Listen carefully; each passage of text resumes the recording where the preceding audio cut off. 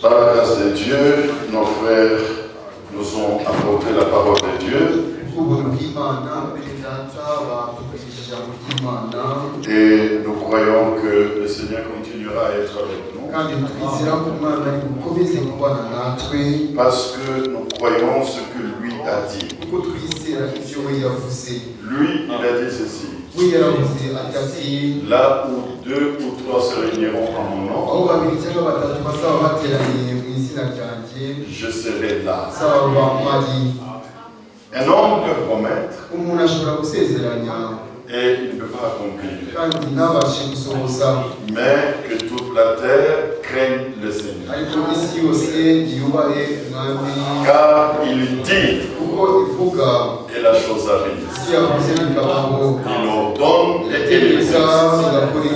Lorsqu'il dit là où 2 ou 3 se réuniront en mon nom, je serai au milieu d'eux. Nous croyons que le Seigneur est ici. Et nous voulons lui laisser toutes choses afin que ce soit lui qui opère tout au milieu de nous. Nous avons eu beaucoup de temps cet avant-midi, du moins pour la réunion des serviteurs. Je crois que le Seigneur nous a donné ce qui était nécessaire. Et je tiens particulièrement à remercier tous les frères qui ont accepté d'être là. Ils ne sont pas venus faire plaisir à un homme, mais ils sont venus pour honorer Dieu.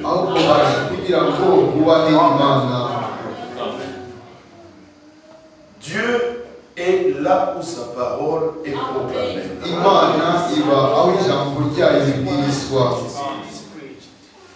L'esprit de mensonge est là où on proclame le mensonge. Ça va ensemble. L'esprit de Dieu, c'est l'esprit de la vérité.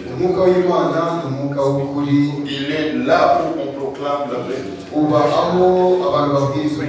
L'esprit de mensonge est là où on proclame le mensonge. Or, le mensonge ne lie pas à Dieu. Le mensonge lie aux hommes et à Satan. Mais la vérité nous lie à Dieu et nous lie les uns aux autres. Les mensonges divisent. La vérité unit. Quand c'est la vérité, nous disons que c'est le camp de Dieu. Et quand c'est le camp de Dieu, je ne consulte pas la chair. Amen. Paul dit ceci aux Galates, chapitre 1, verset 16. Lorsqu'il plut à celui qui m'a mis à part, dès les seins de ma mère, de révéler en moi son fils, afin que je puisse l'annoncer, je n'ai pas consulté la chair et le sang. Le mensonge est le camp du diable. La vérité est le camp de Dieu. Et ceux de Dieu quitteront tout camp humain. Ils iront au-delà des camps des hommes.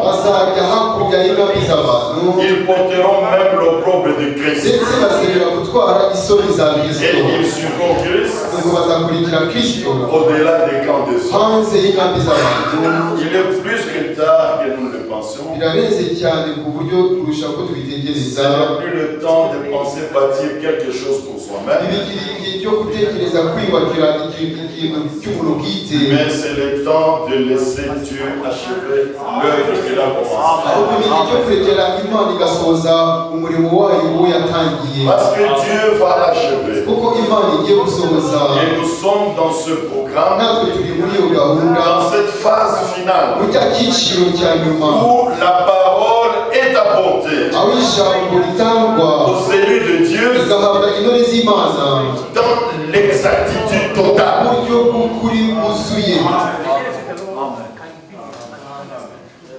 En ce temps-ci, c'est Dieu lui-même qui parle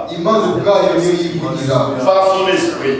Comme nous l'avions lu dans Jean chapitre 16. Je veux peut-être que nous puissions relire cela. Jean chapitre 16. Nous pouvons lire ceci. Il s'agit du travail de l'esprit. Et nous sommes vraiment arrivés à la fin. Très rapidement, Jean chapitre 16. On peut lire à partir du verset 12. Plusieurs fois on a lu ce verset. J'ai encore beaucoup de choses à vous dire. Mais vous ne pouvez pas les supporter. Quand le consolateur sera venu, l'esprit de vérité, il vous conduira dans toute la vérité. Car il ne parlera pas de lui-même, mais il dira tout ce qu'il aura entendu. Et il vous annoncera les choses à venir. Il me glorifiera parce qu'il prendra ce qui est à moi et vous l'annoncera. Dans l'église de Dieu, ce qui est annoncé, c'est ce qui est à Dieu. Et l'Esprit de Dieu prend ce qui est à Dieu et nous l'annonce. Dans 1 Pierre chapitre 1er, on a fait allusion aussi à cette écriture le matin. 1 Pierre chapitre 1er, peut-être directement au verset.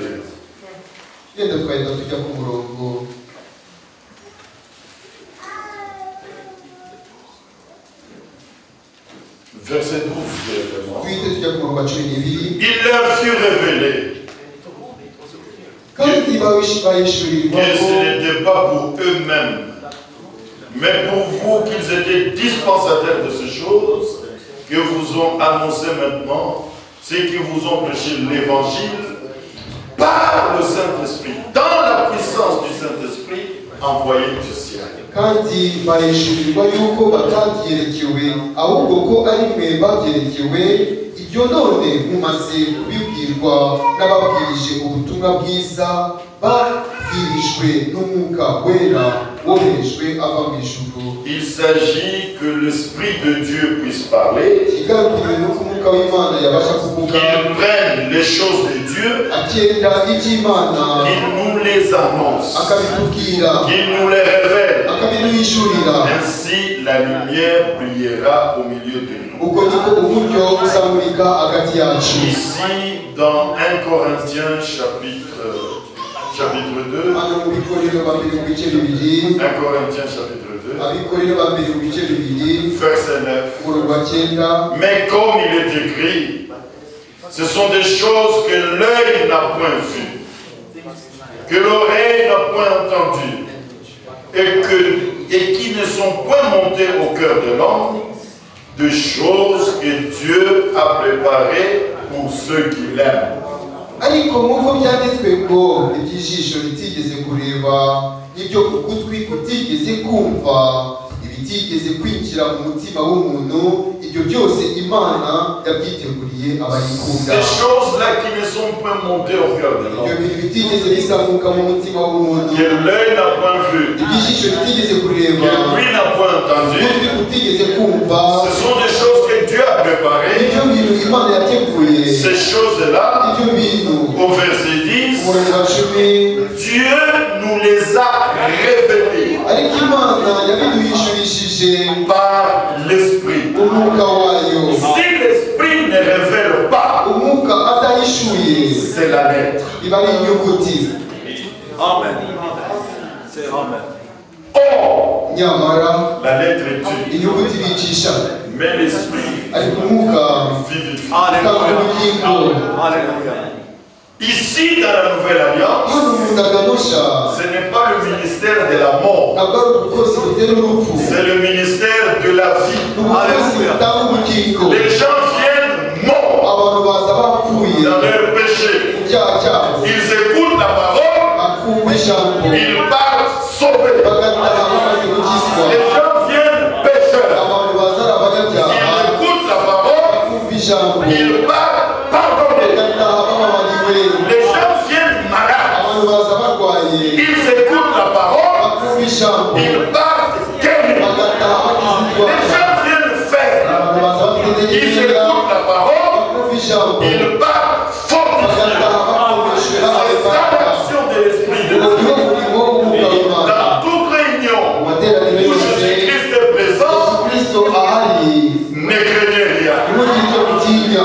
Il connaît nos problèmes. azi ibibazo byacu, Il sait dans quoi nous passons. azi ibyo tunyuramo, Et lui, nawe il est le Dieu Tout-Puissant. ni Imana ishobora Il a la byose, solution à tout. afite igisubizo ibintu Donc, byose. il s'agit du ministère de l'Esprit rero ni umurimo w'ubukozi bw'umwuka, par lequel Dieu agit dans son Église. aho Imana ikorera mu itorero ryayo. Mais retenez ceci, ariko muzirikane iki gihe je le répète encore, bisubiyemo nanone, là où l'erreur est prêchée, aho ikinyoma kibwirizwa, l'esprit de l'erreur est là. umwuka w'ikinyoma aba ahari. Amen.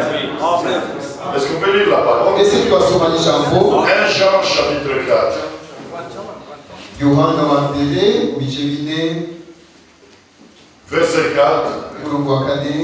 Vous, petits enfants, mwebwe bana bato, vous qui êtes nés de Dieu, mwebwe ababyawe n'Imana, vous êtes de Dieu. muri ab'Imana, Et vous les avez vaincus, kandi babandi barabanesheje, parce que celui qui est en vous kuko uri muri mwe est plus grand akomeye cyane que celui qui est dans le monde. kuruta uri mu isi. Alors vient le verset 5. haje umurongo wa 5 noneho, Eux, abo ils sont du monde. n'ab'isi, C'est pourquoi ils parlent d'après le monde. nicyo gituma bavuga imvugo y'isi, Et le monde les écoute. ab'isi bakabumvira. Il y a un discours que le monde aime entendre. hariho imvugo ibiganiro isi ikunda kumva. Ceux du monde ab'isi aiment ce discours. bakunda iyo mvugo, Et les prédicateurs du monde n'ababwiriza b'isi tiennent ce discours. bakunda gukoresha iyo mvugo. Eux, ils sont du monde. abo n'ab'isi, C'est pourquoi ils parlent nicyo gituma bavuga d'après le monde. iby'isi.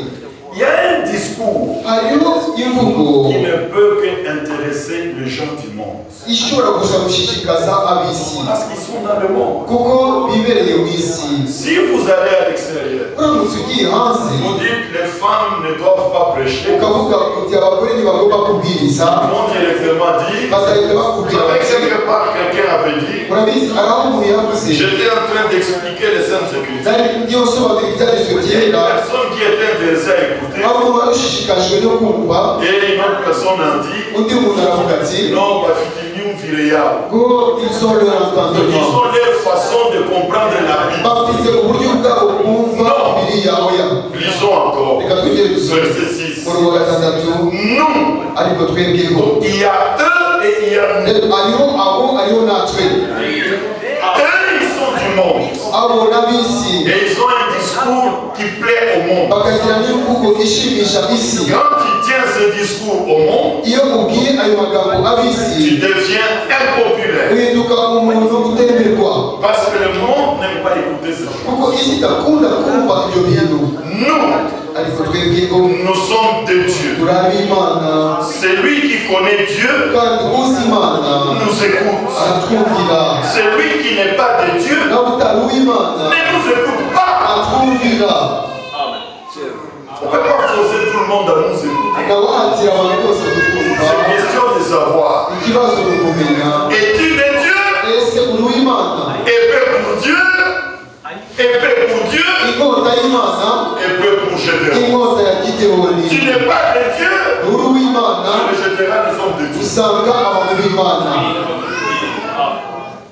Nous sommes de Dieu. Twebweho turabimana Celui qui connaît Dieu kandi uzi Imana nous écoute. aratwumvira, Et celui qui n'est pas de Dieu naho utari uw'Imana ne nous écoute pas. ntatwumvira. C'est par là que nous connaissons l'esprit de la vérité et l'esprit de l'erreur. Icyo nicyo kitumenyesha umwuka w'ukuri n'umwuka uyobya uwo ari wo. Partout où l'on prêche la vérité, Ahantu hose habwirizwa ukuri, l'esprit de vérité est là. umwuka w'ukuri aba ahari. Le Seigneur Jésus-Christ lui-même est présent. Umwami Yesu Kristo ubwe aba Mais abibereye. partout où on prêche des erreurs, Ahantu hose habwirizwa ibinyoma, ce sont d'abord des prédications sous anathème ubwa mbere ibibwirizwa biri munsi y'umuvumo, et ça se fait dans la communion avec des démons. kandi bakabikora bafitanye ubumwe n'abadayimoni. Chaque fausse prédication, Ikibwirizwa cy'ikinyoma cyose, chaque fausse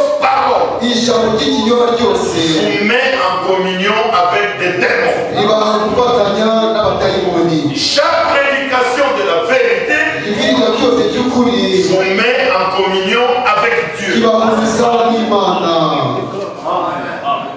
Très rapidement, Twihuta cyane nous pouvons lire Ésaïe 60 dushobora gusoma muri Yesaya 60 à partir du verset 20. Le duhereye premier verset, ku murongo wa mbere nous lisons ceci. turasoma aya magambo: Lève-toi, cyuka sois éclairé, umurikirwe car ta lumière arrive. kuko umucyo wawe uje. Non, nous ne sommes pas des ténèbres Oya ntabwo turi pour ab'umwijima marcher dans les ténèbres. tugendere mu mwijima, Nous sommes de la lumière. turi ab'umucyo. Nous avons reçu la lumière du soir. Twakiriye umucyo C'est w'umugoroba, cette même lumière du soir uwo mucyo w'umugoroba qui uje nous conduit pendant la nuit. utuyobora mu ijoro, Amen. Et cette lumière kandi uwo mucyo continuera à briller uzakomeza kumurika dans le lieu obscur ahantu h'umwijima jusqu'à ce que kugeza ubwo l'étoile du matin inyenyeri yo mu ruturuturo izabandurira mu mitima yacu. faut paraître Umunsi musha ukabaho, et que Jésus-Christ vienne nous Yesu prendre, Kristo akaza kutujyana nous amener dans la gloire. atujyane mu bwiza. Donc nous sommes de la lumière. Nuko rero turi ab'umucyo, Nous devons marcher dans la lumière. Sois éclairé, byuka umurikirwe car et la gloire du Seigneur s'élève sur toi. kandi ubwiza bw'Uwiteka bukaba bukurasiye. Verset 2. Umurongo wa kabiri: Voici, dore les ténèbres couvrent la terre umwijima utwikiriye isi, et l'obscurité les peuples. umwijima w'icuraburindi utwikiriye amahanga, Mais sur toi, ariko kuri wowe, ça ne dit pas sur vous, ntabwo bivuze kuri mwebwe, mais sur toi, ahubwo kuri wowe le Seigneur s'élève. Uwiteka arakurasiye. Sur toi, Kuri wowe sa gloire apparaît. ubwiza bwe bukugaragaraho. Alléluia. Amen. Toute la terre Isi yose est couverte de ténèbres. itwikiriwe n'umwijima, Mais il y a un peuple qui fait exception. ariko ari ubwoko butabarirwamo. Ce peuple-là Ubwo bwoko a été visité. bwaragenderewe, Ce peuple-là ubwo bwoko a reconnu le message, bwamenye ubutumwa, le messager intumwa et le temps. n'igihe. Ainsi, il marche dans la lumière du jour. Nuko rero ubwo bwoko bugendera mu mucyo wo ku manywa, Là où la parole n'est pas annoncée par révélation, aho ijambo ritabwirizwa mu guhishurirwa, il n'y a pas de lumière. nta mucyo uhaba, Il y a de ténèbres. ni umwijima uhibera. C'est pas tout le monde qui doit s'attribuer cette grâce. ntabwo ari abantu bose bagomba kwiyitirira ubu buntu. Quand l'écriture dit lève-toi, sois éclairé, iyo ibyanditswe bivuga ngo byuka mais umurikirwe, pour que tu sois éclairé, kugira ngo umurikirwe tu rero dois marcher dans la lumière. ugomba kugendera mu mucyo. Mais Jean chapitre 8, ariko Yohana ibice 8 verset 12, umurongo wa 12, le Seigneur dit ceci: umwami aravuga ati je suis la lumière du monde. ni njye mucyo w'isi, C'est lui qui me suit, unkurikira. pas le membre de l'assemblée, ntabwo ari umuyoboke mais w'iteraniro, c'est lui qui me suit. ahubwo unkurikira. On peut s'asseoir dans une assemblée ushobora kwicara mu iteraniro pour écouter la parole, kugira ngo wumve ijambo, mais nous ne suivons pas l'homme, ariko ntabwo dukurikira umuntu, nous suivons le Seigneur. tuba dukurikira umwami.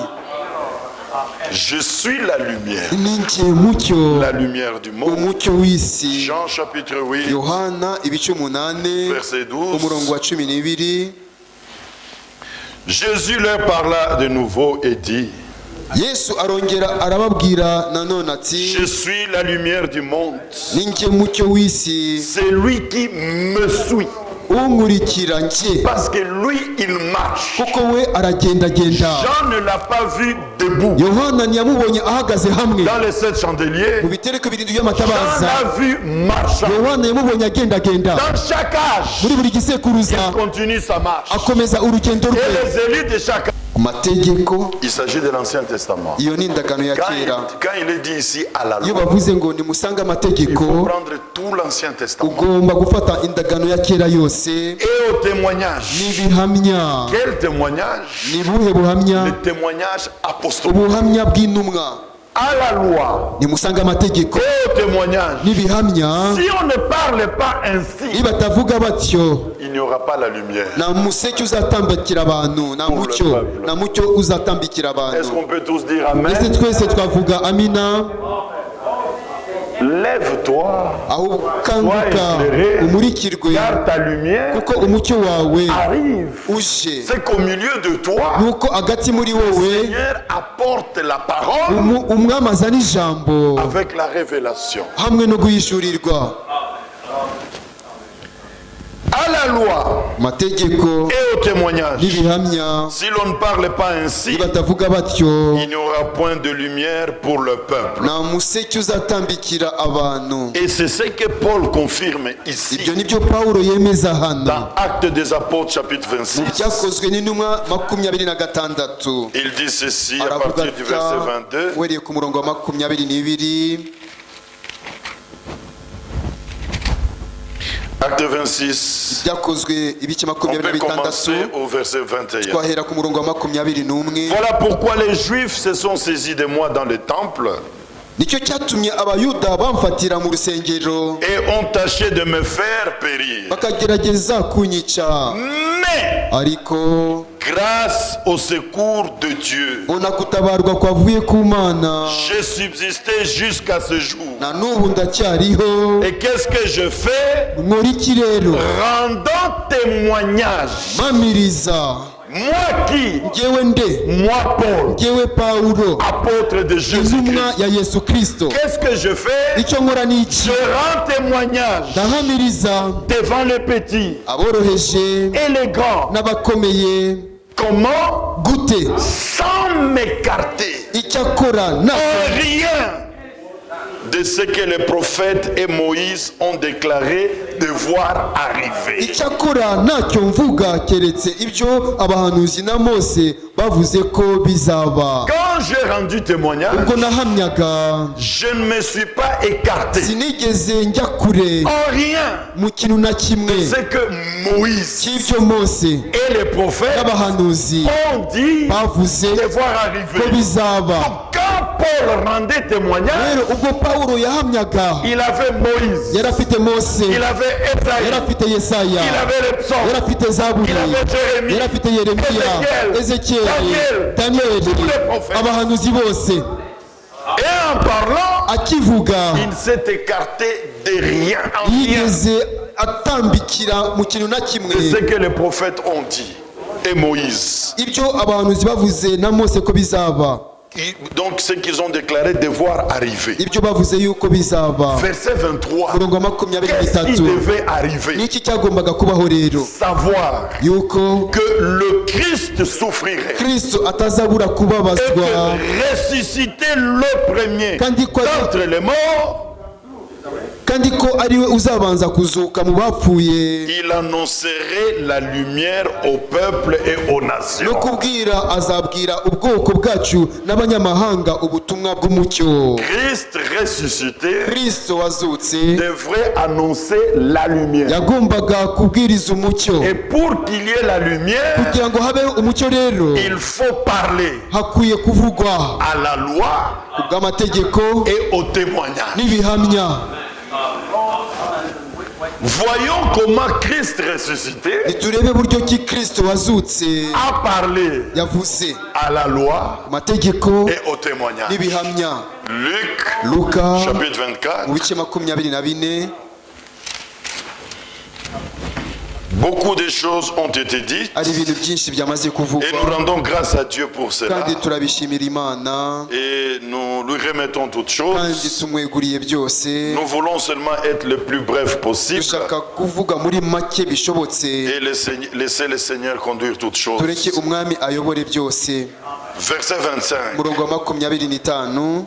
Alors Jésus leur dit, nuko Yesu arababwira ati prenez le reproche du Seigneur s'il vous plaît. mwakire ukugawa k'umwami Ô homme sans intelligence mw'abantu mwe batagira ubwenge et dont le cœur est lent à croire tout ce qu'ont dit les prophètes. mw'abapfu mwe imitima yanyu itinze cyane kwizera ibyo abahanuzi bavuze byose. Ne fallait-il pas que le Christ souffre ces choses none se ntibyari bikwiriye ko Kristo ababazwa ibyo et byose qu'il entre dans sa ngo gloire? abone kwinjira mu bwiza bwe? Verset 27. Murongo wa 27. C'est Jésus qui parle. ni Yesu uvuga. Le Christ ressuscité, Kristo uwo wazutse il apporte la prédication. azana ikibwirizwa. Et regardez comment il a prêché. murebe buryo ki yabwirije. Et commençant atangirira par Moïse kuri Mose et tous les prophètes, no ku bahanuzi bose il leur expliqua abasobanurira dans toutes les écritures ibyanditswe byose ce qui le concernait. ibyanditswe kuri we. Autrement, mu yindi mvugo le peuple n'est pas dans la lumière. bitabaye uko ubwoko nibuba bugendera Je mu suis mucyo. la lumière du monde. ni njye mucyo w'isi. Celui qui me suit unkurikira ne marchera pas dans les ténèbres. azagendera mu mwijima na hato Il aura la lumière de la vie. ahubwo azabona umucyo w'ubugingo. Pour que chez nous, kugira ngo iwacu la lumière paraisse umucyo ugaragare et que nous soyons éclairés kandi ngo tumurikirwe de la gloire du Seigneur, tumurikirwa n'ubwiza bw'umwami. il faut que la parole, birakwiriye ko ijambo la prédication ikibwirizwa ait pour base kigira urufatiro les paroles des prophètes amagambo y'abahanuzi dans lesquelles on trouve Moïse, abonekamo Mose, les psaumes Zaburi et les prophètes. n'abahanuzi. Et quand nous rendons témoignage, no mu gihe tuhamya quand nous prenons le témoignage apostolique, iyo dufashe ubuhamya bw'intumwa ça doit être l'accomplissement bigomba kuba ugusohora de ce que les prophètes ont dit. kw'ibyo abahanuzi bavuze. Autrement, bitabaye uko nous sommes dans nos cinémas. tuba turi mu kinamico zacu. On peut prendre des écritures, umuntu ashobora gufata ibyanditswe mais si ce n'est pas à la loi, ariko niba bidashingiye ku mategeko au no témoignage, ku bihamya c'est le ténèbre. biba ari umwijima. Et la suite, c'est quoi? ibikurikiraho ni iki? C'est ce que nous lisons dans Ésaïe 28. nibyo dusoma muri Yesaya 28. Toutes les tables ameza yose sont pleines de vomissements. yuzuye ibirutsi. Ésaïe 28. Yesaya 28.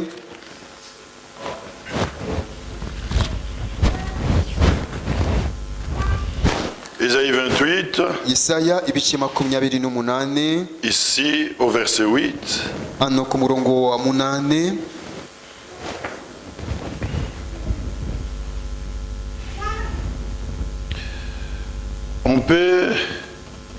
On On peut commencer par le verset 7. Hein? twanahera ku murongo wa karindwi. Mais eux aussi, Ariko nabo ils chancellent dans le vin. n'abayuda nabo baradandabiranwa na vino. Et les boissons fortes leur donnent des vertiges. Ibisindisha by'inkazi birabayobesheje. Mais ici dans Apocalypse 17, Ariko hano mu byahishuwe 17 nous voyons une femme, tuhasanga umugore Babylone la prostituée. Babyloni maraya Elle a une coupe. afite igikombe. Cette coupe, Icyo gikombe c'est la coupe du vin de ses ni impudicités. igikombe cy'inzoga y'ubusambanyi bwe, Et elle enivre tous les habitants de la terre, kandi asindisha abaturage bo mu isi bose sauf les élus de Dieu, keretse intore z'Imana, sauf ceux que Dieu a choisis. keretse ab'Imana yatoranije. Ainsi, on les trouve, Nuko rero ils sont ubasanga dominés, les boissons fortes leur donnent des vertiges. baganzwa n'inzoga z'inkazi zigatuma badadambiranya. Sacrificateurs et prophètes, Abatambyi n'abahanuzi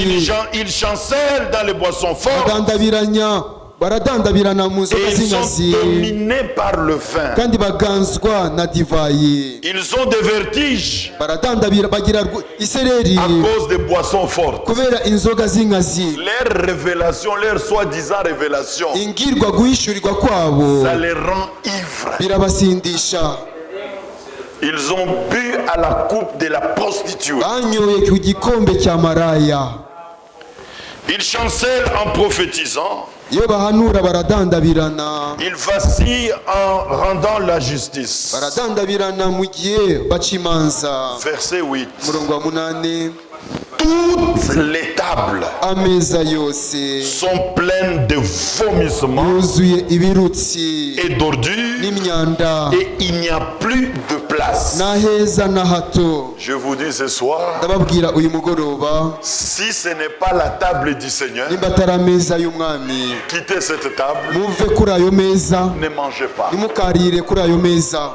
Une seule table Ni ameza amwe yonyine gusa a des mets succulents, afite amafunguro meza, c'est la table du ni Seigneur. ameza y'umwami. Ça nous lisons dans Psaume, Ibyo tubisoma muri Zaburi, muri Zaburi chapitre 23, mu bice 23, verset 5. umurongo wa 5. Tu dresses devant moi une table Ununganiriza ameza imbere yanjye en face de mes adversaires. mu maso y'abanzi banjye. Il y a le peuple qui a trouvé grâce Hariho ubwoko bwagiriwe de ne ubuntu pas se trouver sur les tables où il y a des bwo vomissements, kutisanga ku mameza ariho ibirutsi, mais il se trouve à la table du Seigneur. ahubwo bwisanga bwicaye ku meza y'umwami. Parce qu'à la table du Seigneur, Kuko ku meza ce y'umwami sont des mets succulents. n'amafunguro meza. À la table du Ku Seigneur, meza y'umwami c'est Christ crucifié. ni Kristo wabambwe.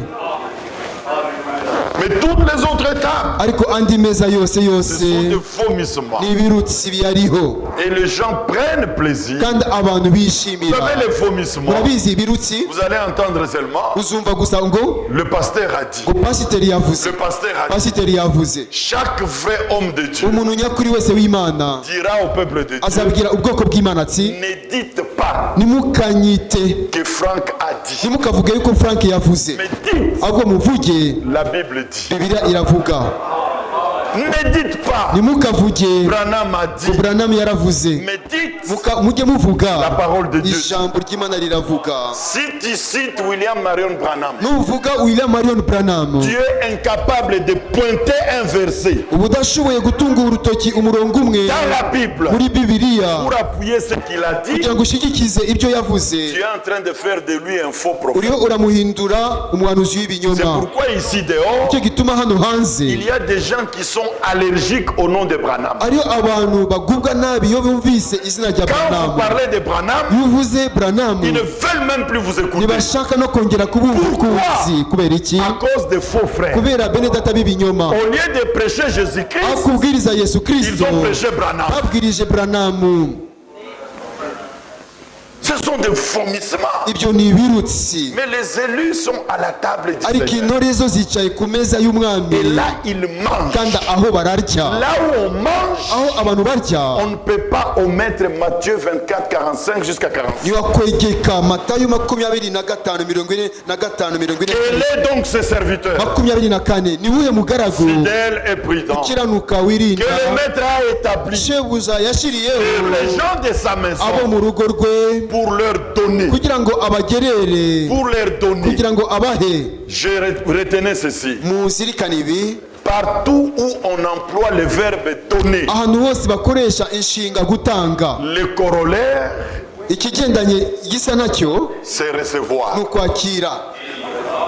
Ikigendanye no gutanga ni ukwakira. Il n'y a pas verbe donner Nta nshinga gutanga ibaho qui n'est pas suivi de l'action de recevoir. itaherekejwe n'umurimo wo kwakira. Quand on donne, Iyo hatanzwe il y en a qui reçoivent. hariho abakira. Alors les serviteurs fidèles None umugaragu et ukiranuka prudents, ayant wirinda été établis pour donner, amaze gushyirirwaho gutanga, il y a ceux qui sont là hariho abariho et aussi établis abo nabo bashyiriweho pour kugira recevoir. ngo bakire. Alors, et les serviteurs fidèles Nuko rero hamwe n'umugaragu ukiranuka et les autres n'abandi serviteurs, bagaragu tous bose servent la même nourriture. batanga ibyo kurya bimwe.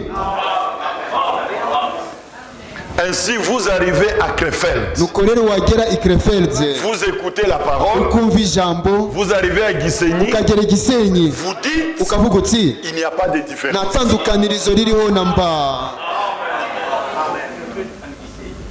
Parce que c'est le travail de l'esprit. kuko ari umurimo w'umwuka. C'est ça, bien-aimés frères et sœurs. Nuko bimeze bakundwa bene na bashiki banjye. Ainsi, lorsque nous sommes dans cette œuvre-là, Nuko rero iyo turi muri uwo murimo dans la distribution de la nourriture, mu kugabura ibyo kurya, nous sommes à la table du Seigneur. tuba twicaye ku meza Nous ne y'umwami, sommes pas sur les tables de vomissement. tuba twicaye ku meza y'ibirutsi, Et nous pouvons manger la bonne nourriture. nuko tubasha kurya ibyo kurya byiza. Je vous dis ceci, Ndababwira ibi sur ngibi base des Saintes Écritures. nshingiye ku byanditswe byera. Partout où Dieu réunit son peuple, Ahantu hose Imana ikoraniriza hamwe ubwoko là où bwayo, Dieu est, aho Imana iba il n'y a pas de meilleure prédication nta bibwirizwa bihebuje bibaho plus que celle-là. biruta ibyo ngibyo. Franchement, Ni ukuri, si dehors, nimba hanze les tchatch là, ayo macacicaci s'ils ont les meilleurs, nimba bafite ibyiza birusha ibyacu, fermons les portes. nidufunge imiryango Allons là-bas. tujyeyo.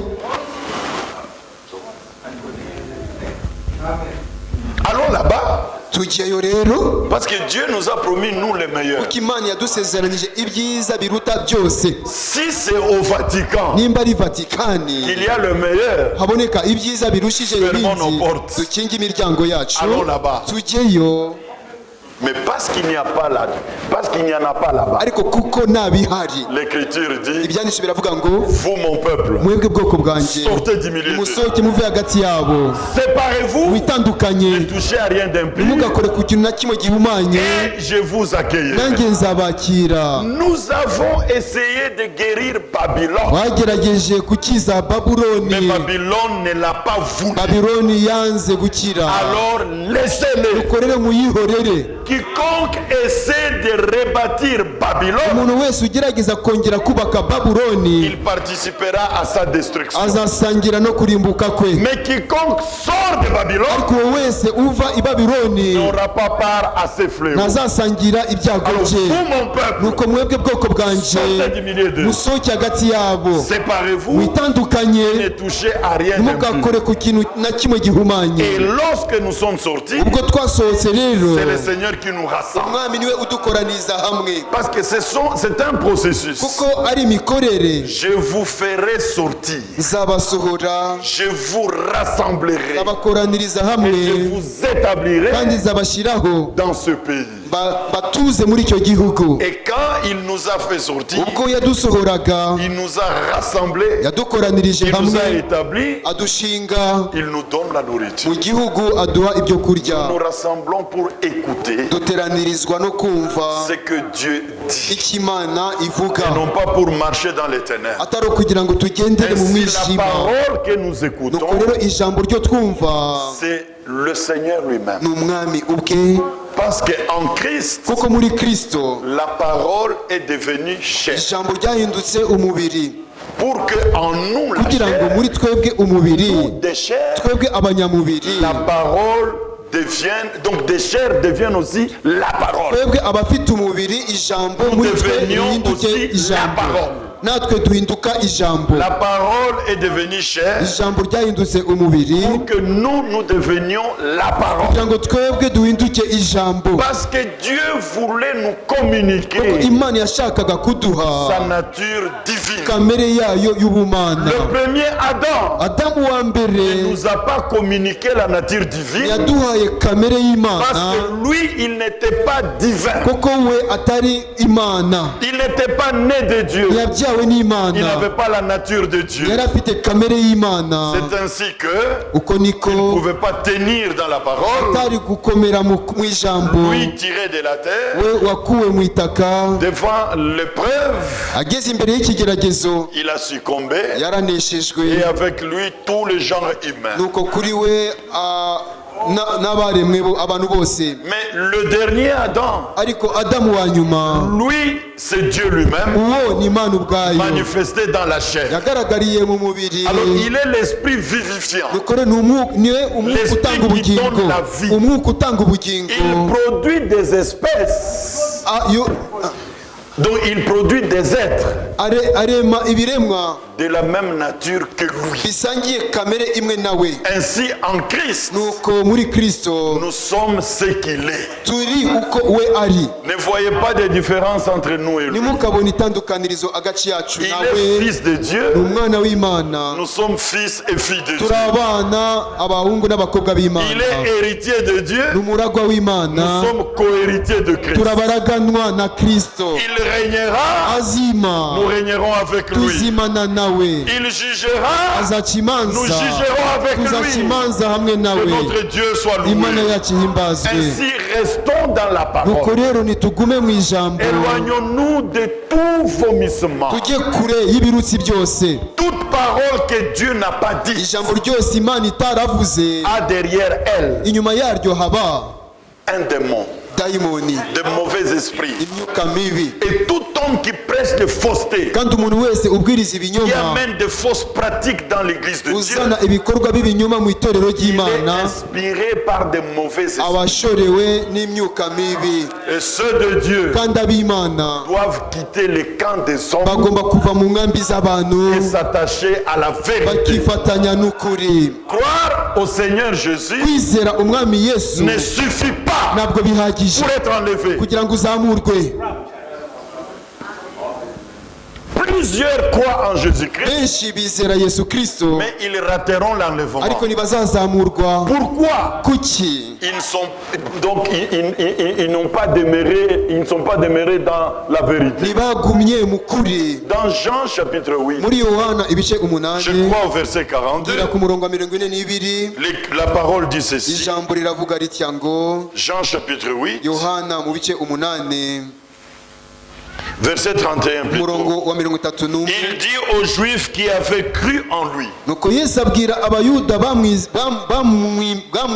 Ils ont cru en lui, hein? aramwizeye. Et il leur dit, Nuko arababwira ati, comme vous venez de croire, nkuko mumaze kwizera, si vous demeurez dans ma parole, nimuguma mu ijambo ryanjye, vous êtes vraiment mes disciples. muzaba abigishwa banjye Vous nyakuri, connaîtrez la vérité namwe muzamenya ukuri, et la vérité kandi ukuri vous rendra libre de toute ko erreur. kuzaba batura ku binyoma byose. Vous ne serez plus les esclaves débasés, Muzaba ukundi imbata z'abasaza, mais vous serez libres en Christ. ahubwo muzaba ab'umudendezo muri Kristo. Alléluia. Amen.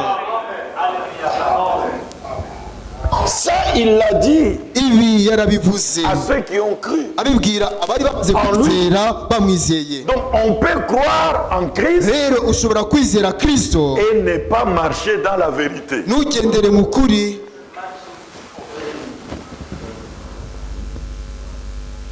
Il est question Ikigambiro gisabwa de demeurer dans la vérité, ni ukuguma mu kuri, de demeurer dans sa ni parole. ukuguma mu ijambo rye. Ève eva est restée dans la parole yagumye mu ijambo quelque temps seulement. akanya gato gusa Elle n'a pas pu demeurer. ntiyabashije kurigumamo C'est ainsi qu'elle succomba. uko niko yaguye Mais elle appartenait à cette nature tirée de la terre. ariko yaragize ya kamere yakuwe mu itaka Car le premier Adam kuko adamu wa mbere était tiré de la terre. yari yarakuwe mu butaka Et Dieu a mis en lui le souffle. nuko imana yamushizemo Il a umwuka soufflé en lui et yamuhumekeyemo il est devenu ahinduka une âme vivante. ubugingo buzima. Le premier Adam Adamu wa mbere n'a pas soufflé ntiyahumetse. pour que Ève paraisse. Deuxième Adamu. Le premier Adam Adamu wa mbere n'a pas soufflé ntiyahumetse pour que Ève paraisse. kugira ngo Eva abeho, Mais c'est le Créateur ahubwo n'umuremyi Yahvé yawe qui a soufflé niwe en Adam. wahumekeye muri Adamu, Il a mis en lui le souffle yamushizemo umwuka de vie w'ubugingo, et Adam est devenu une âme vivante. nuko Adamu ahinduka ubugingo buzima. Mais le dernier Adam, Ariko Adamu wa nyuma lui, uwo il a soufflé. yahumetse, Et ayant soufflé, amaze guhumeka il donne la vie. atanga ubugingo, Et il donne la vie aux gens de la même nature que lui. aha ubugingo abantu bafite kamere kimwe nawe, Tel il est, uko ari lui le céleste, we uw'ijuru, tel nous sommes, uko niko natwe turi nous l'éternel, le twebwe céleste. abo ab'ijuru, Et de même que nous avons porté kimwe n'uko twambaye l'image du céleste, ishusho y'uw'ijuru, nous porterons tuzambara l'image du terrestre, ishusho y'uw'isi, nous porterons aussi niko tuzambara l'image du céleste. ishusho y'uw'ijuru. Nous attendons ce jour, Dutegereje uwo ce munsi, jour uwo glorieux munsi w'icyubahiro, où le Seigneur ubwo Jésus-Christ umwami Yesu Kristo descendra. azamanuka, Il quittera azasiga son siège d'intercession. intebe ye y'uburengezi, Il descendra azamanuka avec son grand cri de triomphe. afite ijwi rye rikomeye ryo kunesha. Ce grand cri, Iryo jwi rikomeye il l'avait d'abord poussé devant la tombe de Lazare. yariranguruye imbere y'imva ya Et Lazaro. voyez ce que son cri a fait. Murabona icyo ijwi rye ryakoze. Lazare sort. Lazaro sohoka. Et celui qu'on avait enterré il y a 4 jours, uwo bari bashinguye ashize iminsi ine sorti du tombeau, ava mu gituro vivant, ari muzima, on le délia. aramubohora, Il a continué à vivre. akomeza kubaho. La parole du Seigneur, Ijambo ry'umwami, ce cri de victoire, iryo jwi ryo kunesha il le poussera bientôt. azongera arivuge La deuxième bidatinze. fois, Inshuro ya kabiri il l'a poussé à Golgotha. yariranguruye i Golgota. Quand il a poussé le grand cri, Ubwo yaranguruye ijwi rikomeye, avant d'expier, il a mbere poussé y'uko le grand cri. atanga yaranguriye ijwi Il rikomeye, y eut un grand tremblement de terre. habayeho igishitsi gikomeye cy'isi, Les rochers se fendirent. ibitare birasaduka, Le voile dans les temples umwenda mu se rusengero déchira, fit déchirer d'en haut jusqu'en bas. bitabukamo uhereye hejuru ukagera hasi. Et les sépulcres, Nuko ibituro les saints de l'Ancien Testament, by'abera bo mu ndagano ya kera s'ouvrirent. birakinguka. Abraham, Aburahamu, Isaac, Isaka, Jacob, Yakobo, Sara, Léa, Leya, Rachel, Rasheli, Rebecca, Rebeka, tous, abo bose, David, Dawudi, Salomon, Salomo, tous abo bose sortirent des tombeaux bava mu bituro quand Jésus ubwo ressuscita. Yesu yazukaga. Alléluia. Amen. Bientôt, Vuba aha ngaha le même Jésus uwo Yesu umwe descendra des cieux azamanuka avuye mu avec ijuru ce grand cri de triomphe. hamwe na rya jwi rikomeye ryo Il ne kunesha, poussera. azarangurura Mort en Christ, abapfiriye muri Kristo bazazuka bwa et mbere, tous les vivants, natwe abariho nos corps imibiri yacu seront changés izahindurwa à l'image de son corps mu de ishusho gloire. y'umubiri we w'ubwiza. Bien-aimés, Bakundwa, nous sommes enfants de Dieu. turi abana b'Imana, Et ce à quoi nous serons kandi uko semblables tuzasa n'a pas encore été manifesté. ntikurerekanwa, Mais ariko nous savons, tuzi lorsqu'il paraîtra, utazerekanwa nous serons semblables à lui. tuzasa Car nawe, nous le verrons. tuzamubona Tel qu'il est. uko ari, Nous allons quitter la terre bientôt. tuzasiga iyi si vuba bidatinze tuzagenda dans la cité mu céleste. murwa wo mu ijuru. Il y a une ville hariho umudugudu qui est préparée pour toi, uguteguriwe wowe, préparée pour moi. uteguriwe njyewe. Cette ville uwo murwa dépasse Dubaï, uruta Dubayi, dépasse New York, uruta New York, dépasse Tokyo, uruta Tokyo, dépasse Paris, uruta dépasse Parisi, Kigali. uruta Kigali. Cette cité, uwo murwa elle est préparée pour toi. wowe wateguriwe nanje. Là, aho nous habiterons. tuzaturayo. Vous savez, nos voisins là-bas, murabizi abaturanyi bacu iyo, nos voisins abaturanyi bacu seront David, bazaba ari Dawudi, Salomo, Aburahamu, Isaka, Yakobo, Mose, abera bose qui ont cru en l'amour de Dieu. bizeye urukundo rw'Imana, tuzaba turi hamwe nabo. Ce temps, c'est pour bientôt. icyo gihe ni icya vuba. Nous devons encore marcher. tugomba kongera Et encore kugenda marcher. nanone Et tugende encore marcher. tugende Mais nanone comment? gute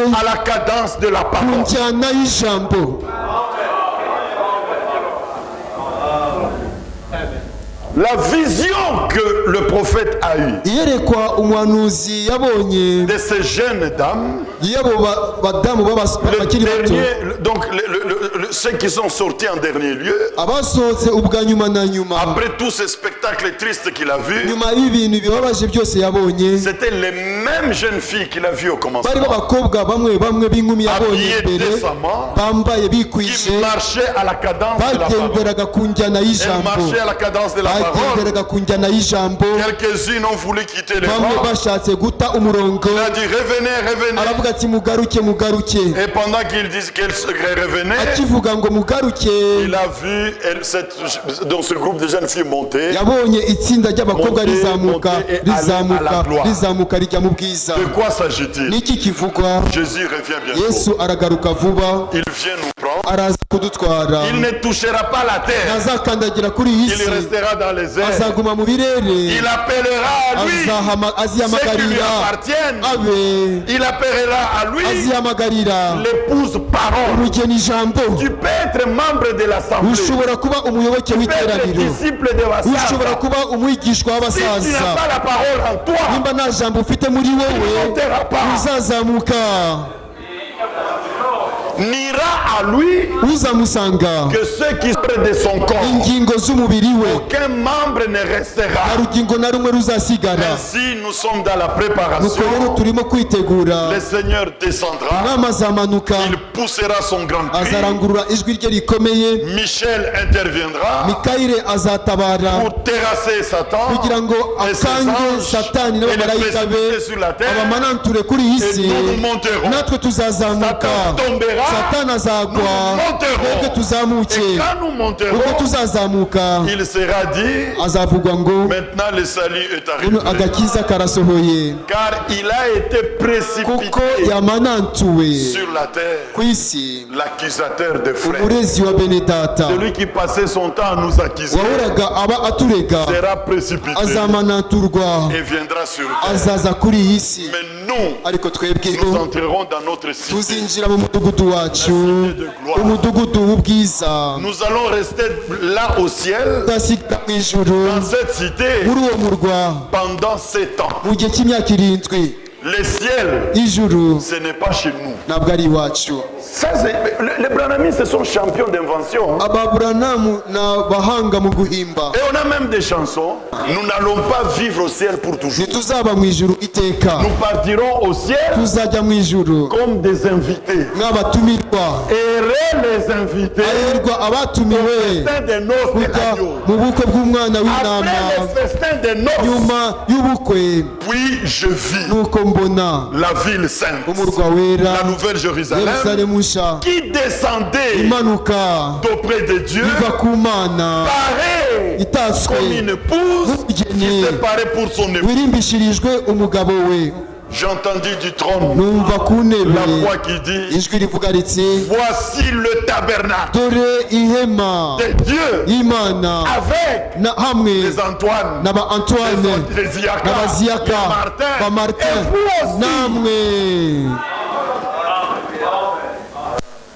Dieu lui-même imana ubwayo sera avec eux izabana nabo, et il n'y aura ni cri nta gutaka kuzongera Ni kubaho pleurs. ukundi cyangwa kurira ni douleur, cyangwa kuribwa ni deuil. cyangwa umuborogo. Ici à Gisenyi, hano i Gisenyi il y a des cimetières. hari imva, À Kigali, i Kigali il y a des cimetières. hariyo imva, À Dubaï, i Dubayi, à New York, i New York, partout, hose il y a des cimetières. hari imva. Mais dans cette ville, ariko muri uwo murwa l'Écriture dit, ibyanditswe ngo il n'y aura ni cri, nta gutaka kuzabaho ni deuil. cyangwa umuborogo Ni douleur. cyangwa kuribwa. Et le Seigneur Dieu umwami Imana essuiera azahanagura larmes amarira yose de leurs ku yeux. maso yabo. Aujourd'hui, uyu munsi les larmes peuvent encore amarira couler. ashobora gutemba, Là, ariko iyo dans cette cité, muri uwo murwa Dieu lui-même Imana ubwayo essuiera nos larmes. izahanagura amarira yacu. Et la ville descendra. uwo murwa Elle uramanuka, ne restera pas au ciel. ntuzaguma mu ijuru, Elle descendra. uzamanuka. C'est la demeure future ubuturo buzaza de l'époux céleste bw'umukwe wo mu ijuru et de l'épouse terrestre. n'umugeni wo kuri iyi si. Elle descendra uzamanuka avec nous hamwe natwe et notre époux. n'umukwe Nous wacu, descendrons et nous tuzamanuka, nous poserons tuzahagarara, sur la Jérusalem terrestre. tuzareremba ejuru ya Yerusalemu yo ku Les isi. habitants de Jérusalem terrestre abaturage bo muri Yerusalemu yo ku isi regarderont comme ça. bazajya bitegereza, Ils verront sur eux bazabona ejuru yabo une couverture igitwikirizo d'une nuée fumante cy'igicu gicumba umwotsi ku manywa et d'une flamme de feu n'ikibatsi cy'umuriro la nuit. nijoro. Ceux qui nous connaissent ici à abatuzi Gisenyi hano ku Gisenyi regarderont bazitegereza la nuit. nijoro, Ils verront bazabona comme si c'est une flamme de feu. n'ikibatsi cy'umuriro kirabagirana. Et ils diront, bazavuga bati il y avait des gens hariho qui abantu se réunissaient dans cette maison-là. bateraniraga muri iyo nzu, ba Les Martin, ba Manous, Manu, il paraît qu'ils sont là. ngo bashobora kuba bari iyo ngiyo. Ce ne sont pas des histoires. ntabwo ari imigani, C'est la réalité. ni ukuri. Ceux qui ont aimé Dieu abakunze Imana, et l'amour de Dieu urukundo consiste à rw'Imana garder sa ni parole ukwitondera ijambo ryayo, et non pas être sous les dictats des bassas. kutaba munsi y'ubutware bw'abasaza, Les bassas internationaux. abasaza mpuzamahanga. Non. oya, Mais être attaché à Christ. ariko gufatanya na Ceux Kristo, qui ont aimé le Seigneur abakunze umwami et qui lui ont témoigné leur amour bakamugaragariza urukundo rwe, verront cette gloire. bazabona ubwo bwiza, Et ils habiteront dans cette nuko cité. bazatura muri uwo Et mudugudu. nous allons diriger, nous allons gouverner ce monde. tuzategeka iyi si, Nous allons régner avec Christ tuzimana na Kristo pendant 1000 ans. mu myaka igihumbi. Vous comprenez ça? murabisobanukirwa ibi. Adam Adamu n'a pas réussi. ntiyabigeze, Ce que nous, icyo twebwe nous ferons avec Christ. tuzakorana na Kristo. Adamu n'a vécu que 933 ans. yabayeho gusa imyaka 933, Parce qu'il ne devait pas dépasser le cap de un jour. kuko atagombaga kurenga umunsi umwe. À 933 ans, imyaka pendant qu'il 933, voyait 1000 ans devant lui, abonye imyaka igihumbi imwegereye il mourut. arapfa. Mais toi et moi, ariko wowe nanjye nous allons dépasser tuzarenga 933 ans. 933, Nous allons dépasser tuzarenga 950 ans, 950, 980, 980, 990, imyaka nous atteindrons 1000 ans. tuzagera ku myaka igihumbi. Après avoir atteint 1000 ans, nitumara kugera ku myaka ça igihumbi, sera la preuve bizaba que ikimenyetso ces gens cyerekana ko abo ne bantu peuvent pas mourir. batashobora gupfa. Ainsi, par la grâce de Dieu, nuko rero ku bw'ubuntu bw'Imana, après le jugement dernier, nyuma y'urubanza rwa nyuma, ceux qui n'ont pas cru ressusciteront. abatashye bazazuka, La mer donnera ses morts. inyanja abatizeye bazazuka, inyanja itange Le abapfuye séjour bo muri des yo, morts donnera ses morts. ikuzimu hazagarura abapfuye bo Et le muri yo, Seigneur s'assiera sur le trône ku blanc. mwami azicara ku ntebe yera, Et nous nous assiérons avec lui. natwe tuzicarana Et nawe. les livres seront ouverts. ibitabo Et bizabumburwa, le livre de vie sera n'igitabo ouvert. cy'ubugingo kizabumburwa. Quiconque ne sera pas trouvé wese utazaboneka dans les livres de mu vie, gitabo cy'ubugingo il sera jeté dans les temps. azatabwa mu mazuko Mais la grâce pour n'umuriro. nous, ariko ubuntu dufite twebwe nous sommes dans les livres de vie de l'agneau. banditswe mu gitabo cy'ubugingo cy'umwana w'intama. Alléluia. Amen. Nous avons été rachetés par le sang de l'agneau. twacungujwe amaraso y'umwana w'intama. Et après le jugement, nyuma y'urubanza, Dieu condamnera tout le monde. Imana izakira bose Il n'a pas amateka. cru en son amour. batizeye urukundo Ils rwe entreront dans les temps de feu bazinjira mu muriro avec w'amazuku Satan la mort, le séjour hamwe de na mort. satani ikuzimu détruira urupfu toutes ces choses-là. imana izarimbura ibyo byose Et après cela, nyuma y'ibyo Dieu créera imana izarema les nouveaux cieux amajuru masha et la nouvelle terre. n'isi nshya. Et ainsi, nuko rero c'est lui, donc le Fils lui-même, nuko umwana ubwe il remettra toutes choses azegurira byose à celui qui est Dieu imana et Père. na data. Et ainsi Dieu nuko imana sera tout en izaba tous. byose muri La bose. révélation du Père guhishurwa kwa data mu mwana se terminera là. kuzarangirira aho ngaho. Dieu qui est sorti seul imana yasohotse de yonyine l'éternité mu iteka retournera dans l'éternité izasubira mu avec iteka beaucoup de fils. hamwe n'abana benshi, Et nous vivrons éternellement. nuko tuzabaho iteka ryose. Que Dieu soit loué. imana ihimbazwe, Qu'il vous bénisse tous. nibahe umugisha Et qu'il mwese vous garde dans son kandi amour. ibarindire mu rukundo Au nom de rwayo Jésus-Christ. mu izina rya Yesu Kristo. Amen. Amina. Lèvons-nous. duhaguruke. Notre foi deviendra l'apaisante et nos kwizera corps kwacu seront tuzavuguruza transmis. rukuruzi y'isi, Nous imibiri yacu monterons izahindurwa, dans le tuzazamuka firmament. dutumbagire mu bicu, Nous rencontrerons. tuzasanganira umwami Oh, wacu, nous monterons, nous tuzatumbagira monterons ba Pawulo na Kolomba, de Luther, de Wesley et de Luteri, Branham. Wesley, Branham.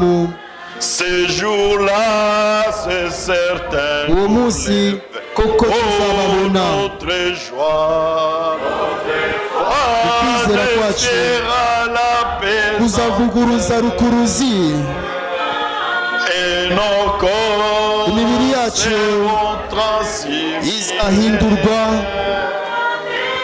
Nous monter tuzatumbagira dans le firmament. mu birere, Nous rencontrerons tuzasanganira umwami wacu, Oui, nous monterons tuzatumbagira dans les mu firmaments. birere, Nous rencontrerons tuzasanganira umwami wacu. Au-delà des soucis de cette vie, hejuru y'amaganya y'ubu bugingo, pèlerin la cité, umugenzi uteguriwe umurwa, pour la joie de l'épouser, de kubw'umunezero l'époux, w'umugeni n'umukwe, c'est l'amour par urukundo rwonyine rucitse nibwo ruzinjira. kwizera kwacu kuzavuguruza rukuruzi,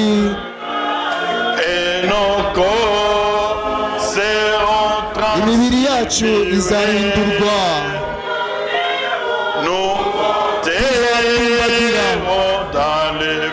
tuzazamuka mu birere,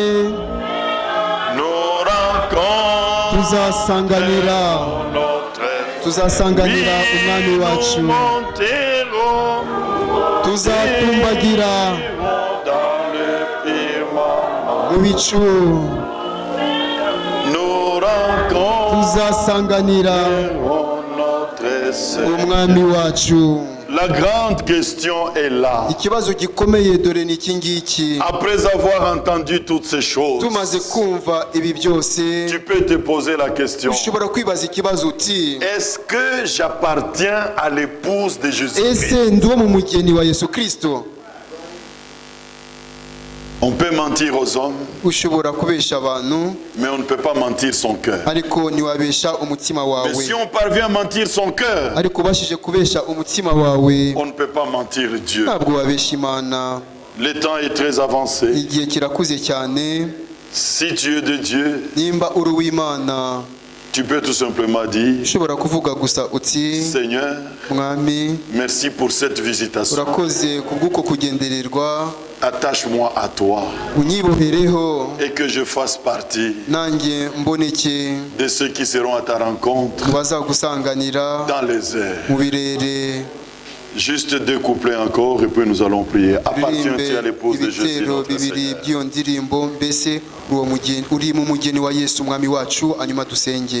Appartiens-tu à l'épouse de Jésus notre Seigneur?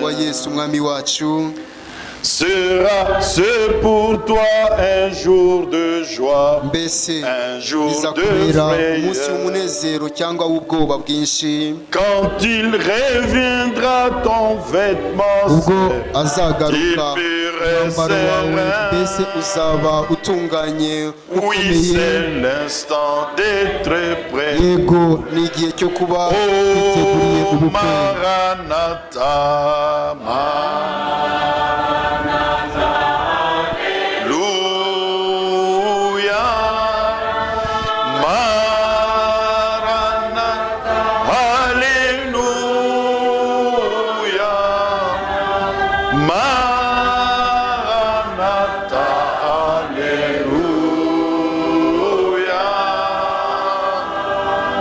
Jésus vient, son festin est préparé. Pour cela, pour renoncer au monde, marches-tu dans la lumière,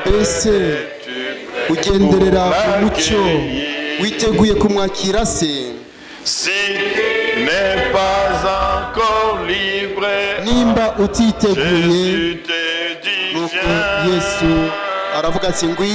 car c'est l'instant d'être prêt. Oh, Maranatha, Maranatha, Alléluia, Maranatha, Alléluia,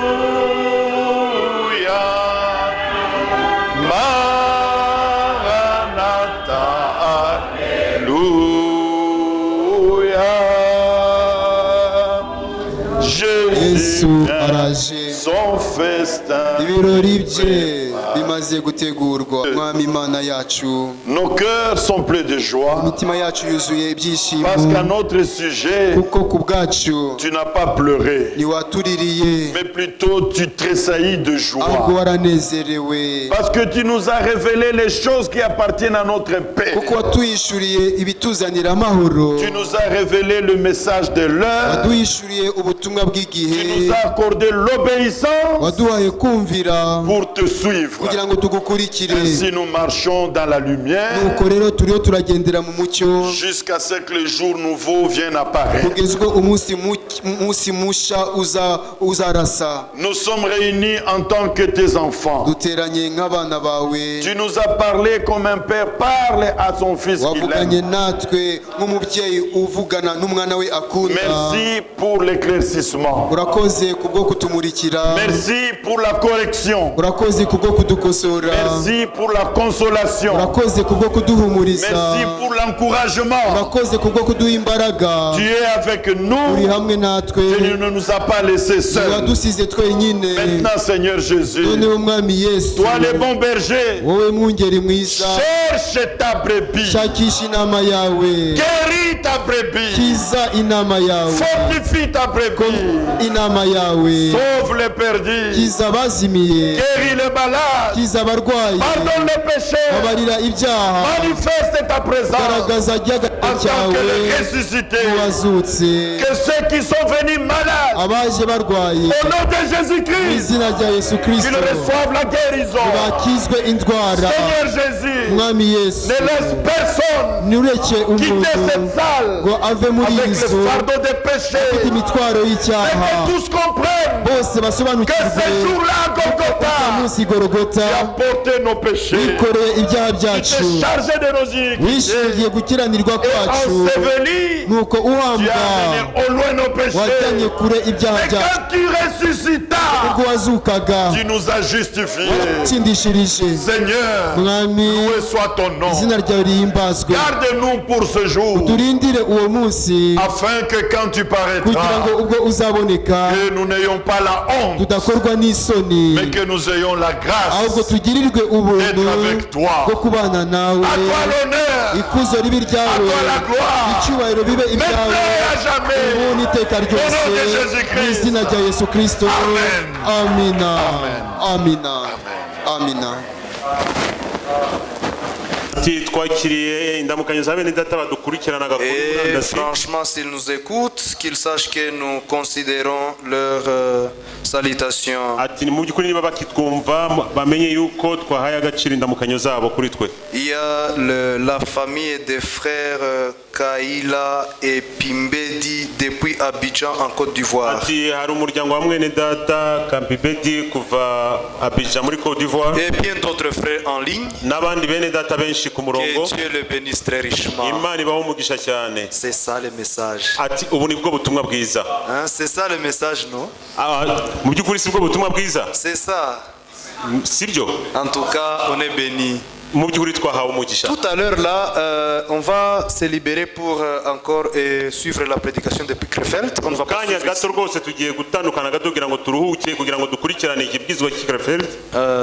c'était une journée très surchargée. Alors, nous voulons vous libérer tout de suite là. Et chacun aille là où il est logé pour écouter à la maison la prédication. Mais en ligne, le frère va partager encore les liens. Les liens en Kinyarwanda, en français et en anglais pour nos frères aussi qui suivent en anglais. Surtout pour ceux qui sont même ici au guest house. Frère Abdon, tu pourras organiser ça, que le frère suive sans dérangement.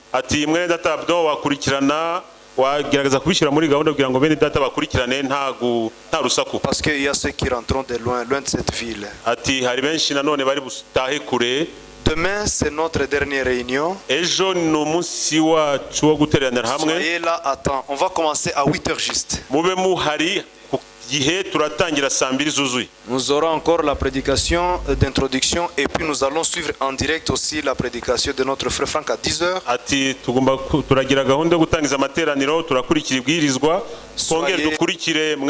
Soyez encore là. Le même Seigneur qui nous vient de nous bénir, il va nous bénir encore demain. Que Dieu vous bénisse richement. Je ne vais pas tarder en tout cas. Le frère a prié pour nous. Nous avons été bénis. Soyez tous remis à la grâce de Dieu. Ce que nous avons entendu, c'est la bonne nouvelle. Allez dans la paix du Seigneur. Et la cantique pour la sortie. Tangaza peni gitanga orgose ni gitangaza ko Yesu ya jije umuka wewe rani ujunyobora uzangeze wanjye mwijura maoro iyongeragejwe n'umwanzi satani ngwa niyo nambara y'ukwizera ijambo ry'Imana niyo nkota yanjye kandi izangeza mwijura maho haleluya n'igitangaza pe n'igitangaza pe rwose n'igitangaza ko Yesu yajije